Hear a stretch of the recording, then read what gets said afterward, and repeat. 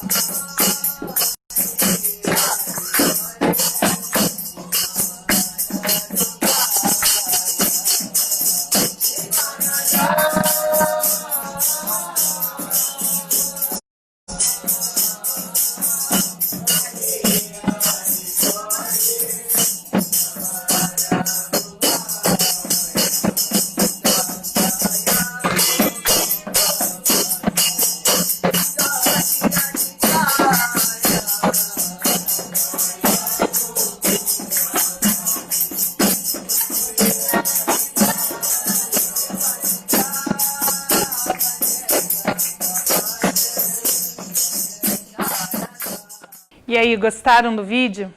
Então, eu quero agradecer aí, porque essa produção, ela dependeu de muitas pessoas. Então, eu quero agradecer a mãe Lilian, lá do terreiro Vovó Benta, que cedeu ali aquela segunda parte do vídeo pra gente. Quero agradecer o Luiz Paulo e a Nanda, que gravaram uma música do cantor cristão para eu apresentar para vocês. E o pessoal da ISKCON, que é a Sociedade Internacional para a Consciência de Krishna, que tem o Templo Hare Krishna aqui em Curitiba, que são as pessoas que produziram aí esses 3 vídeos que eu juntei para a gente assistir. Nesse vídeo, nós conseguimos ver algumas formas de música religiosa. Então, como que ela se apresenta e como que a gente identifica? Nós vimos aí uma música cristã, o Luiz Paulo e a Nanda são da Igreja Batista, eles cantaram essa música do cantor cristão para a gente conhecer. Nós vimos uma música de Umbanda, que é aquela música, lembra que nós falamos que o nome da música é ponto, que as pessoas chamam ela de ponto quando tocam no terreiro? E por fim, uma música que é um mantra, então, dos devotos do Templo Hare Krishna, que era ali um momento que eles estavam abrindo o espaço ali para as orações e para entoar outros mantras também. Então eu quero agradecer essas 3 equipes aí que trabalharam para a gente conseguir ver esse vídeo aí de quase 6 minutinhos. E só para não esquecer, pega lá o seu material, seu caderno, e hoje pega também uma régua e uma folha sulfite, que são os materiais que a gente vai usar para a nossa aula de hoje. Então eu espero você separar o seu material. Pega lá!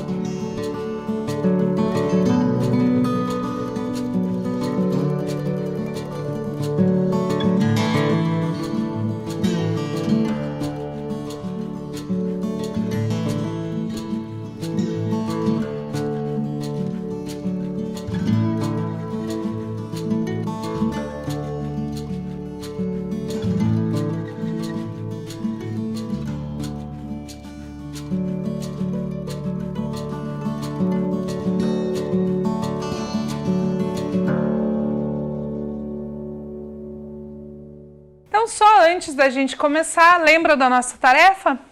A nossa tarefa da semana passada era ver aquela música que nós tínhamos anotado na semana anterior, se ela era uma música religiosa ou uma música secular.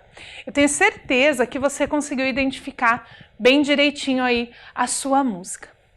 E na aula de hoje nós vamos começar a falar sobre literatura.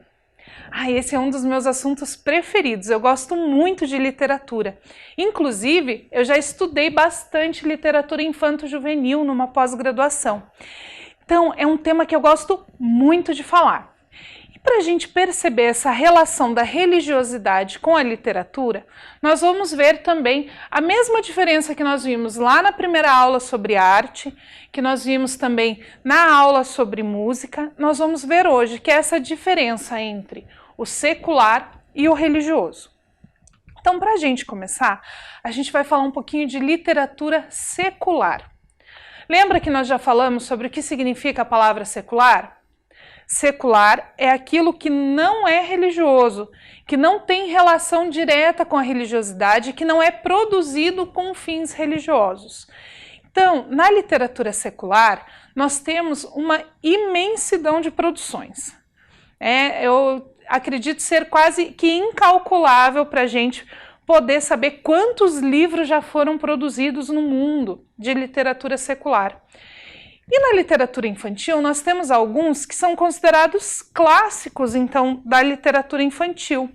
Eu trouxe ali alguns para a gente ver que eu imagino que você já deve ter visto na sua escola. Alguns, inclusive, já viraram até filme, como é o caso do Meu Pé de Laranja Lima e O Menino Maluquinho, que são dois livros super importantes que já foram escritos há algum tempo e já viraram até filme. Então ali nós temos A Bolsa Amarela, O Meu Pé de Laranja Lima, Marcelo Marmelo Martelo, A História dos Pingos e O Menino Maluquinho. Esses 5 livros são de literatura secular, da literatura infantil. Eles não têm relação com a religiosidade, não foram produzidos para contar uma história religiosa ou para passar um ensinamento religioso. A função deles é bem diferente. São peças artísticas de literatura. Esse dos Pingos eu me lembro de ter lido quando eu era pequenininha lá na escola. Estava no 1º, 2º ano quando eu li esse livro. Então é um livro bastante importante aí da história da literatura infantil brasileira. E esses 5, então, são alguns exemplos dessa literatura. Com certeza você vai encontrar uma infinidade de livros de literatura infantil secular nos faróis do saber, nas bibliotecas das escolas, na biblioteca pública. E para quem compra livros, a gente encontra em qualquer livraria, encontra na internet, são livros de bem fácil acesso. E dentro da literatura infantil, a gente também tem literatura religiosa, que eu trouxe aqui alguns exemplos para mostrar para vocês. Eu não consegui trazer muitos exemplos porque ocupar um tempo muito grande da aula, mas eu trouxe alguns exemplos de literatura infantil produzida com fins religiosos, para a gente conhecer. Então o primeiro que eu quero mostrar para vocês é esse, Conhecendo os Orixás de Exu a Oxalá. É um exemplo de literatura infantil escrita pensando na religiosidade. Então esse livro ele vai contar a história de vários orixás, como eles surgiram, de onde eles vieram, qual a força da natureza que é regida por eles. Então nós temos nesse livro vários orixás. Eu vou ler um pedacinho dele para vocês. Eu trouxe ele aqui, ó. Eu vou ler para vocês a história de um orixá que está aqui na página 32, que é a Iemanjá, que é um dos orixás mais conhecidos, por isso que eu escolhi esse para ler. Então esse livro conta assim: essa é Iemanjá, a grande mãe que cuida de todos nós, seres humanos e orixás. Ela é a deusa do mar e da maternidade. Iemanjá nos ensina que respeitar as opiniões alheias não quer dizer concordar com elas, e também nos ensina a perdoar. Suas roupas são azuis como o céu ou verdes, bem claras e brancas, como as águas e a espuma das ondas do mar. Em suas mãos, ela segura um ABB como Oxum, mas o dela é feito em prata e tem o formato de peixes. Iemanjá dança movimentando suas mãos, como se carregasse água para banhar o mundo inteiro e levar embora todas as maldades. Você já viu como as ondas vão e vêm na beira da praia? Assim é a dança de Iemanjá. Ela gosta de comer carne de ovelha, de pata e de peixe, além de arroz e também canjica temperada com camarão. O Ebo-Iá, seu prato predileto. O dia de Iemanjá é o sábado e nós cumprimentamos dizendo Odoiá, que significa salve a mãe das águas.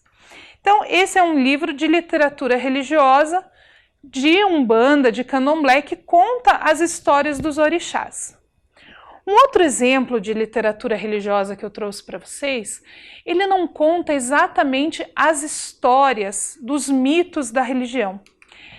É a história em quadrinhos do Esmilinguido. Com certeza você já viu essa formiguinha em algum lugar. Aqui em Curitiba a gente encontra desenhos do Esmilinguido e dos seus amigos em muros, em camisetas, em marcadores de livro, em vários lugares. E eles têm também uma produção que é a história em quadrinho, que também é um tipo de literatura. E ele tem então histórias que vão falar sobre a crença religiosa cristã. Ele não conta exatamente os textos religiosos da Bíblia, mas são histórias construídas para passar ensinamentos da religião cristã. Então, a gente também pode dizer que essas histórias em quadrinho do Esmilinguido são também uma literatura religiosa, porque é uma literatura que tem a função de passar os ensinamentos dessa religião. Um outro exemplo que eu trouxe para mostrar para vocês é O Amigo Mais Querido. Esse livro é bem difícil de achar. Eu mesmo procurei para comprar e não encontrei em nenhuma livraria. É um livro bem antigo. É um livro que os devotos Hare Krishna escreveram para contar a história de Krishna para as crianças. Por isso ele se chama O Amigo Mais Querido. Então, ele conta algumas histórias da vida do Krishna para que as crianças também conheçam esse Deus e também possam participar desses momentos da comunidade religiosa. E o último livro que eu trouxe de exemplo para vocês é esse aqui, Urutopiag. É um livro que conta a religião dos pajés e dos espíritos da selva. Lembra que nós já falamos que os indígenas não registram as suas histórias religiosas em um livro sagrado, como os cristãos, como os judeus? Os indígenas e os afro-brasileiros, as religiões de matriz indígena e afro-brasileira, elas não têm esse hábito de ter um livro sagrado. Mas o Iaguaré Yamã contou as histórias religiosas de alguns povos indígenas nesse livro. Então, a gente também pode considerar que essa literatura que ele traz nesse livro para a gente é uma literatura religiosa, porque é com a intenção de passar, então, essa religiosidade, esses textos sagrados que são de tradição oral, para que nós possamos conhecer, para que a gente tenha acesso a essa literatura. Então, são 4 exemplos de literatura religiosa. São textos escritos a partir dos mitos, a partir do livro sagrado, das histórias religiosas, ou escritos para passar ensinamentos dessas religiões para as pessoas. Então, nós vimos o livro dos orixás, que é de Umbanda e Candomblé. Nós vimos a HQ do Esmilinguido, que é de matriz religiosa ocidental, representando o cristianismo. Nós vimos o livro Hare Krishna, Um Amigo Mais Querido, que é de matriz oriental, e o livro Urutopiag, que é de matriz indígena. 4 exemplos de literatura religiosa. Mas, assim como na música, nós também temos literatura secular com elementos da religiosidade, que é o caso desse livro escrito pelo Luiz Antônio, chamado Uma Princesa Nada Boba. Esse livro, ele conta a história de uma menina que está muito preocupada com o nome dela. O nome dela é de origem africana e ela acha que não pode ser nome de princesa, porque ela estava acostumada com as princesas daqueles livros antigos, que eram todas muito branquinhas, todas com nomes europeus, e ela está preocupada porque ela não pode, então, ser uma princesa por causa do nome, por causa da cor da pele. E aí, ela tem uma experiência muito bacana, onde ela conhece princesas africanas. E entre essas princesas africanas aparece, então, Oxum, que é uma das orixás da Umbanda e do Candomblé. Por isso, a gente pode considerar que esse livro, Uma Princesa Nada Boba, ele é um livro secular com elementos da religiosidade afro-brasileira. Um outro livro que também tem isso é o livro A Busca de Esmeraldo. A Busca de Esmeraldo é um livro do Ilan Breman. Esse livro conta a história de um menino que morava no Nordeste e ele passava fome, passava sede. Então ele resolve procurar a resposta para a sua pergunta: por que Deus deixa ele sofrer desse jeito? E ele tem aí uma viagem passando por alguns lugares sagrados, ele conversa com alguns animais, ele conversa até com o diabo durante essa viagem dele. É um livro secular, porque ele conta a história de um menino e ele não tem uma função de passar um ensinamento religioso. Mas, como a religiosidade cristã faz parte muito forte do cotidiano das pessoas que moram naquela região que tem a seca e tudo mais, o Ilan Breman traz esses elementos da religiosidade para dentro dessa história do Esmeraldo, que é quando o Esmeraldo vai procurar Deus, ele procura na igreja, depois ele procura no caminho, ele procura conversando com alguns animais. Então, essa busca do Esmeraldo, ela é uma história da arte popular daquela região do Brasil, mas ela traz vários elementos da religiosidade, como a gente viu lá na nossa primeira aula sobre arte. Depois nós temos esse livro, Mulan. Provavelmente você conhece o desenho animado ou o filme da Mulan, mas existe também o livro que conta a história da Mulan. Esse livro, ele é um livro que conta a saga dessa moça que se veste de homem para ir lutar na guerra no lugar do pai dela. Ele não tem relação com a religiosidade, ele vai falar muito das relações familiares, das relações de gênero, para ela ser mulher e querer ir para o exército e tudo mais, mas em alguns momentos, tanto do livro quanto do filme, do desenho animado, você pode perceber a relação dela com o culto aos ancestrais, com essa procura pelas orientações dos espíritos dos seus ancestrais, mostrando também essa relação da religiosidade.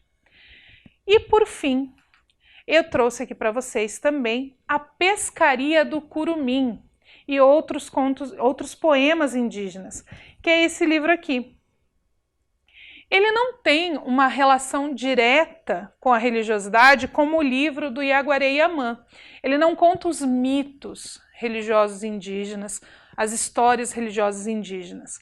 Mas como os indígenas têm essa relação forte com a natureza e a espiritualidade deles se manifesta na natureza, esse livro traz vários poemas, que é uma outra forma de literatura também, que vão falar dessa relação. Portanto, tem relação também com a religiosidade. Então, nós vimos 4 livros de literatura secular que mostram a relação com a religiosidade desses povos. Nós temos A Princesa Nada Boba, que faz a relação entre o dia a dia da menina que está procurando ser uma princesa com a religião de matriz africana. Nós vimos A Busca do Esmeraldo, que faz a relação do cotidiano do povo nordestino com o cristianismo da matriz ocidental. Nós vimos a Mulan, que faz essa relação entre a história da menina que vai se entregar para o exército no lugar do pai, fazendo a relação com a religiosidade de matriz oriental, e, por fim, o livro A Pescaria do Curumim, que faz essa relação da religiosidade indígena com o dia a dia dos povos indígenas. Bastante coisa, né? A literatura tem uma imensidão de coisas para a gente conhecer e para a gente discutir. Mas, como a nossa aula é curtinha, nós vimos 4 exemplos de literatura religiosa e 4 exemplos de literatura secular com elementos da religiosidade. E agora, você vai lá pegar o seu material. Lembra que eu falei no comecinho da aula que a gente ia usar uma folha, uma régua, um lápis e uma borracha? Então, separa esse material para a gente pensar na nossa atividade de hoje. Eu espero um pouquinho para ter certeza de que você separou tudo. Vamos lá?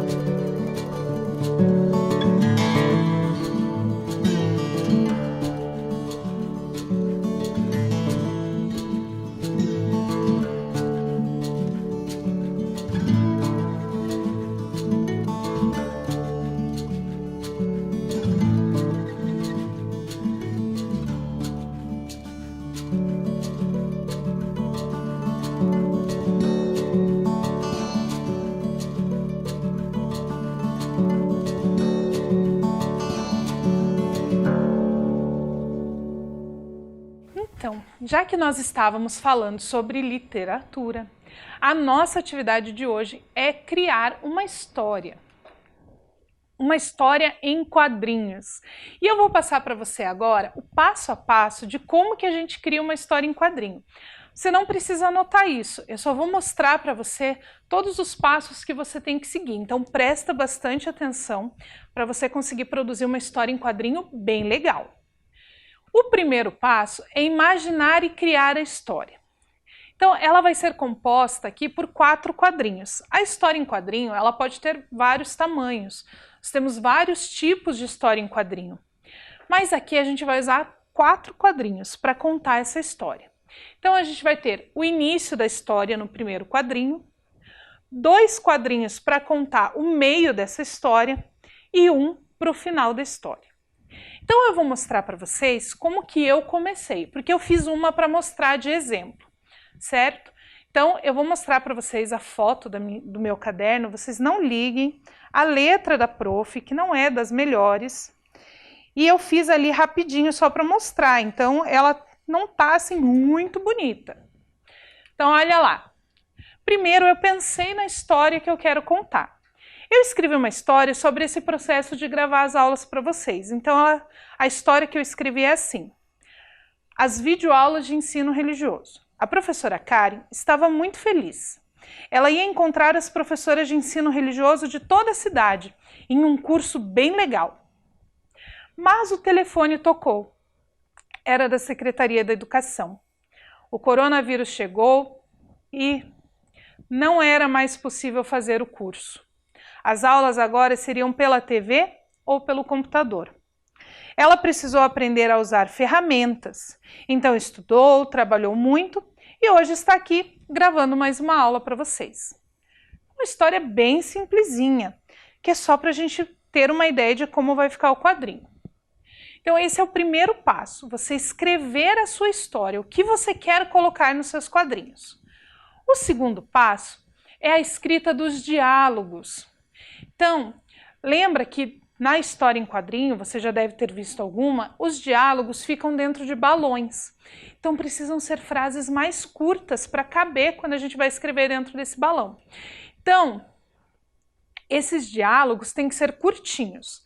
Eu vou mostrar para você agora 3 tipos de balão que nós usamos nas histórias em quadrinhos. Combinado? O balão de conversa, o balão de pensamento, que é esse que parece uma nuvenzinha, e o balão de grito ou de som alto. Então são esses 3 modelinhos que você pode usar na sua história em quadrinho. Existem vários outros. Dentro do universo das HQs a gente tem bastante formas de expressar esses diálogos, esses sons. Mas a gente vai usar aqui esses 3 modelinhos, combinado? Então são 3 modelos de balão que você pode usar. E você também pode colocar fala do narrador. Então se você quer colocar uma frase que não é ninguém que está desenhado ali que está falando, que é o narrador contando, você pode fazer esse quadrinho em cima ou embaixo, que é onde temos a fala do narrador. Então ali, por exemplo, eu coloquei para você ver, numa aula de ensino religioso, que seria o que o narrador falaria no início desse quadrinho. O terceiro passo, que é bem importante, a pontuação. Por quê? Quando a gente escreve o que alguém está falando, a pessoa que vai ler tem que saber se essa pessoa estava fazendo uma pergunta, se ela estava explicando alguma coisa. Por isso, a gente precisa pensar nessa pontuação. Então eu trouxe para você um exemplo de alguns pontos que nós podemos usar. O ponto final, por exemplo, ali a frase, o pássaro fugiu. É uma afirmação, então ele põe um ponto final. O ponto de exclamação, quando eu vou falar ali para minha amiga, que vestido lindo! É uma exclamação. Se eu leio uma frase com esse pontinho no final, eu já sei que a pessoa estava muito admirada quando ela viu aquilo.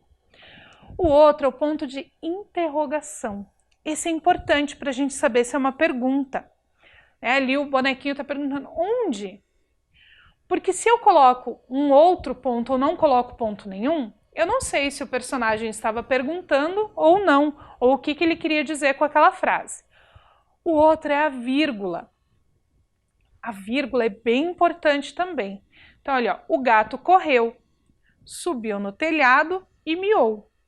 Então, é importante colocar a vírgula para a gente ter essa pausa na leitura. E, por fim, as reticências. As reticências a gente usa bastante nos quadrinhos, que é quando uma frase não terminou, ou quando você quer introduzir ali, como aquele quadrinho que eu mostrei para vocês com a fala do narrador. Então, numa aula de ensino religioso, as reticências ali indicam que tinha uma continuação naquele pensamento, certo? Então, esse é o terceiro passo, pensar bastante na pontuação. O primeiro é criar a história, o segundo, pensar nos diálogos que vão dentro dos balões, e o terceiro, na pontuação desses diálogos. O quarto passo é uma coisa que a gente chama de onomatopeia. Provavelmente você já aprendeu isso em língua portuguesa. É um recurso que ele imita os sons. Pode ser de objetos, de pessoas, de animais, de máquinas. Quer ver alguns exemplos? Então a gente tem aqui alguns exemplos. Por exemplo, ali, ops, quando alguém escorregou, aconteceu alguma coisa ali meio distraída, ou quando quebra alguma coisa, que a gente escreve ali o crash, que é esse som da coisa quebrando. Então, as onomatopeias também são importantes. E o quinto e último passo são as imagens. As histórias em quadrinhos têm bastante ilustração, bastante desenho. Então, você precisa pensar que essas imagens têm que caber dentro do quadrinho também. E junto com o balão e junto com as onomatopeias. Então, vai ser bem pensado esse quadrinho aí. Então, são 5 passos. O primeiro passo, criar a história. O segundo passo, pensar nos diálogos. O terceiro passo, pensar na pontuação. O quarto passo, nas onomatopeias. E o quinto passo, nas imagens que vão compor esse desenho. Então, eu vou mostrar para vocês aqui como que foi o processo, né, de transformar aquela minha história em quadrinhos. Combinado? Então, eu pensei nos balões e o que eu ia escrever dentro de cada um deles. Depois, eu fiz as ilustrações e ficou assim. Eu fiz as ilustrações no computador, eu confesso. Então, ali o primeiro quadrinho é de um narrador falando. A professora Karen adorava dar cursos e encontrar com os outros professores. Então, tem ali um desenho meu dando curso para as professoras. O segundo quadrinho foi quando eu recebi a ligação de que eu não ia mais poder dar o curso. Então, ali o meu bonequinho tá triste, ó, dá para ver até que o coraçãozinho dela caiu no chão. Ela ficou tão triste porque ela não ia mais encontrar com as professoras. Aí, a única saída é estudar e trabalhar duro. Não podemos deixar os estudantes e os professores na mão. Então tá ali a minha bonequinha no meio de um monte de livros, estudando bastante. E no final, tem ali eu contando para vocês que chegamos na nossa 10ª videoaula e vamos continuar a pesquisar para preparar aulas mais legais para vocês. Então ali é uma figura minha aqui no estúdio, gravando uma das aulas de ensino religioso. E não esqueça que lá no finalzinho tem que ter o quadradinho escrito que a história acabou. Na folha, a minha história ficou disposta assim. Ficou um quadrinho grande, 2 pequenos e mais um grande. Você pode dividir a sua folha assim, ou dividir ela em 4 com a régua, como você achar melhor, de acordo com a história que você escreveu aí na sua casa. A sua tarefa dessa semana é então criar uma HQ que conte uma história religiosa ou que tenha relação com a religiosidade. Então, essa última frase você pode copiar no seu caderno, na sua folha, para você lembrar qual é a sua tarefa dessa semana. Eu vou dar um tempinho para você copiar e aí a gente volta para a gente se despedir, combinado?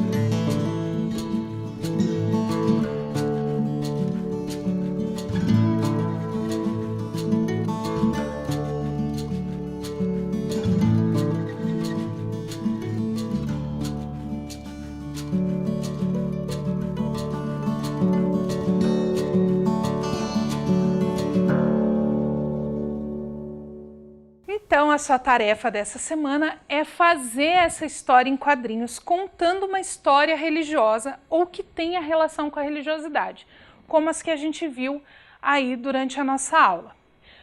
E assim, eu fiquei com muita vontade de conhecer as histórias de vocês. Então, quem tem como, pode pedir para o papai, para a mamãe ou para o adulto que mora com você, mandar uma foto para sua escola por e-mail ou para sua professora, que elas mandam para mim, combinado? Então eu vou adorar receber uma foto da história em quadrinho de vocês, porque eu quero conhecer aí as histórias que vocês têm para contar.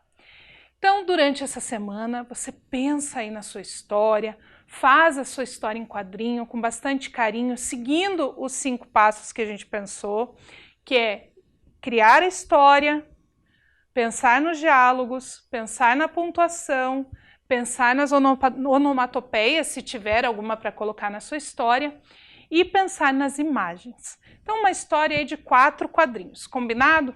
Pensa numa história bem legal para contar. E a gente termina a nossa aula aqui. A gente encerra a nossa aula com aquele nosso vídeo de despedida. Nos encontramos na semana que vem para mais uma aula de ensino religioso. Então, fiquem bem e até semana que vem.